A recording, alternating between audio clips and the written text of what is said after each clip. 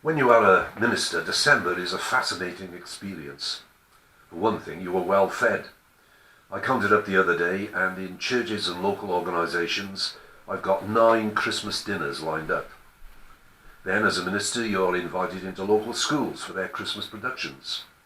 You have your own carol services in your own churches to sort out. And then members of your churches who are housebound, they like to receive Holy Communion in their own homes. A week on Saturday, my wife and I will go to Cardiff to St David's Hall to a concert entitled The Promise of Christmas. And local choirs and an orchestra will outline the Christmas story for us.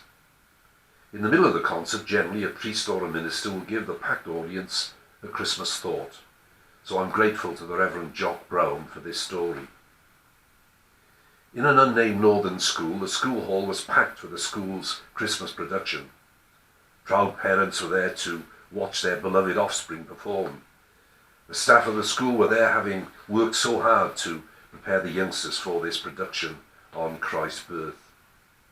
In the front row were the distinguished guests, the mayor and mayoress, members of the governing body, former teachers. All was ready. The performance began. The curtain swept back to reveal Mary and Joseph in the stable at Bethlehem and the baby Jesus in the crib. Then pupils dressed as shepherds made their way onto the stage, and they gave their worship to Jesus. Then the 3 wise men made their way onto the stage. Caspar laid his gift of gold at the side of the crib. He bowed low, he looked into the crib, and then he said his line, "Behold, the child Jesus, who is King of Kings." Then the 2nd wise man, Melchior, came, and he offered his gift at the crib of frankincense. Then he said his line, "Behold, the child Jesus, who is God's only Son."